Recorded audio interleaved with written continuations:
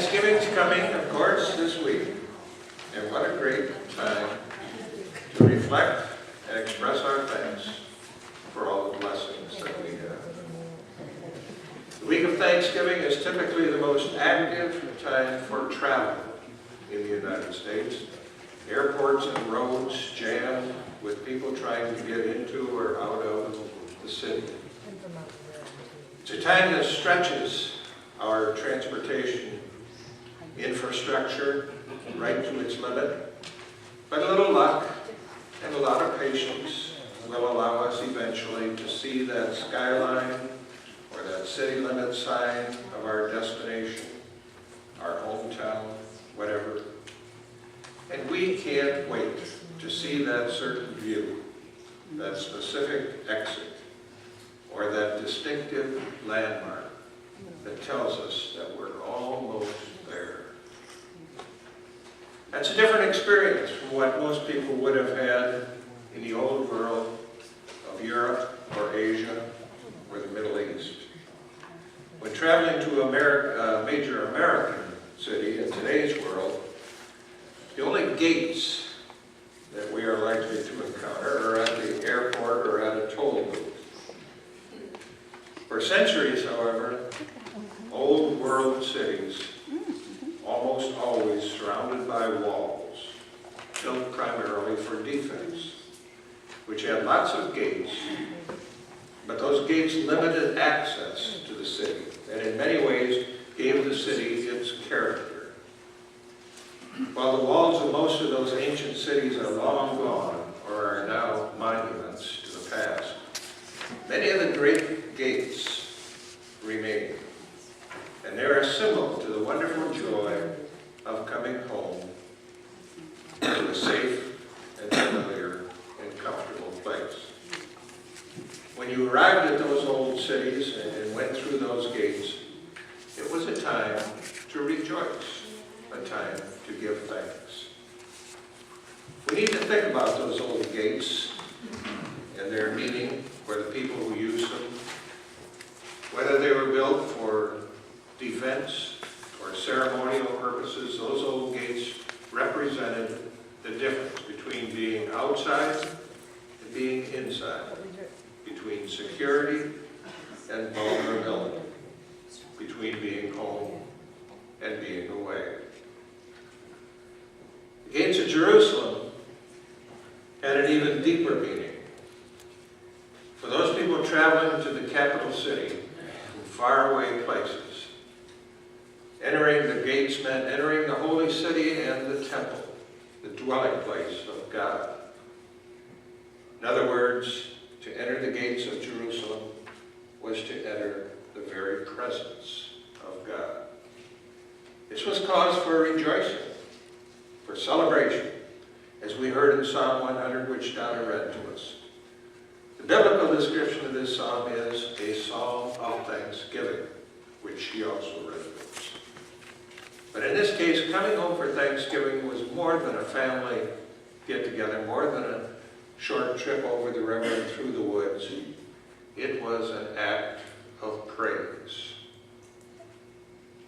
Psalm 100 is one of the most familiar of the psalms or the songs of praise in the Bible, and the source of some of our most beloved songs of worship. The hymn Old 100 pays tribute to this psalm and is used in many churches as the tune for the doxology, including our church. The psalm itself is an invitation to sing. Make a joyful noise unto the Lord, all the earth. Worship the Lord with gladness. Come into his presence with singing. A joyful noise was an appropriate greeting for royalty in the ancient world. And in this case, it is all the world that cries out in joy at the presence of God, our Creator. It's a kind of joyful noise we might make when we enter the front door of the family home after a long absence. The greeting that shows the excitement of being home at last. When entering the gates of the Lord, those excited cries turn into songs of worship. If we consider this place where we worship as our home church, this opening verse to Psalm 100 has a lot to say to us. I don't think we have to worry about this one. Do we make a joyful noise when we come into worship? Or we do settle for sighs of boredom, or maybe even worse yet, the whining of complaint? We do pretty good with that one. We make a joyful noise. Do we celebrate or do we worship the Lord with gladness? Or do we do so kind of out of obligation? Do we come into his presence with singing? Or are we mostly quiet? Again, I think we're pretty good on that side. If worship is designed to praise God in his presence, it ought to be joyful. Our church doors may not look like an ancient gate or even like the front door to our home, but entering through them should be a cause for praise and thanksgiving. When we worship, it's a noise that maybe should shake the whole earth. Do we make that kind of noise? Verse 3 that Donna read tells us the reason for that worship. Know that the Lord is God, it says. It is he that made us, and we are his. We are his people and the sheep of his pasture. Entering the gates of the Lord's dwelling place, just like entering the doors of our childhood homes, reminds us of who we are and from where we came. Outside those gates, we try to make a name for ourselves, making up our identities from our jobs or our bank accounts or the circle of friends we hang out with or our accomplishments. But inside the walls of God's presence, we remember who we really are and to whom we really belong. We are the sheep of the pasture, and it's God's presence that gives us protection and care better than any defensive wall ever could, regardless of how well built it might be. Worship reminds us that our identity begins and ends with God, the one who made us, the one who loves us, the one who cares for us. In shaping our identity, worship also shapes our world view. If God is the one who made us all, then we can find our identity with the people of all the earth. Worship can push us beyond boundaries like race or nationalities or financial backgrounds. And it can help us to recognize that we are not called to be at home with just our people, but with all of God's people. The gates of God's kingdom, God's presence, are wide enough, wide open to travelers coming from all over the place, all made to be focused on reflecting the image of God within them, rather than reflecting on their own differences. They're all called on to join in making a joyful noise, a beautiful sound that may be in many different languages, many different customs, but all giving worship to God. Worship is the universal language of God's world. And no matter where we call home, we are called to join together in praise and in thanks. That's what it says in verse 4. Enter his gates with thanksgiving and his courts with praise. Give thanks to him and bless his name. And why do we offer thanks and praise? For the Lord is good.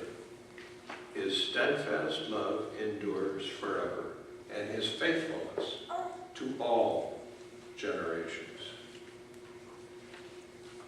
We praise God because He's good, and we give thanks because His love, grace, and faithfulness have extended across the generations, even when we, as His people, forget our purpose and our identity. When the sheep of His pasture are wandering, God is still the shepherd who will keep searching until all of them are returned and safe and secure. The gate remains open because the gatekeeper wants his sheep to come in and to live an abundant life. We would read that in the Gospel of John, chapter 10. Quick story. A man named Raymond Edmond, may not be a name familiar to you. Raymond Edmond was a missionary, college president, an author, and a friend to many Christians and seekers alike. Billy Graham once called him the most unforgettable Christian he had ever met. Edmond served as chancellor of Wheaton College for many years. He died in 1967 in the most appropriate setting imaginable, although it was no doubt pretty upsetting to those who were there. He passed away while preaching the chapel service at Wheaton College, and his topic was worship. Now that's the way I'd like to go. I would like to just keel over, but my biggest fear is that some of you will come next week and will say, by golly, he's wearing the same tie he did last week. Same message, too. Wouldn't that be a great way to go? Anyway, that morning, Dr. Edmond shared with his congregation a personal story, an anecdote. It involved his meeting with the king of Ethiopia years earlier. And in order to have an audience with the king, he had to observe very strict protocol. If he didn't meet and follow through with every requirement, he wouldn't be judged worthy of being in the king's presence. Edmund then drew a parallel with attending weekly chapel services at his Wheaton College. He said, you have an audience with the King of Kings. The ruler of Ethiopia or any other nation would fall on his face and cast his crown in the presence of the Almighty. Dr. Edmond wondered if the listeners in his congregation really understood the awesome act of worship. He went on to offer practical suggestions as to how to make chapel service more meaningful, how to come to a better realization of being in the transforming presence of God. And then, just like that, in the middle of his wise and godly counsel, Edmund fell over and was taken from him. He had gone to meet the Lord face to face. It was the last, obviously, and greatest sermon illustration Raymond Edmond ever shared. His life was spent in worship, missions, education, preaching. In his death, he was instantly in the presence of God. Many of the great gates of the world are now more historical or ceremonial than they are the main passage in or out of a city. The gates into God's presence, however, are still and always will be open for business, inviting his people to come and worship. We, you and I, are invited into God's presence. And there isn't a better reason to be thankful on this Thanksgiving 2014.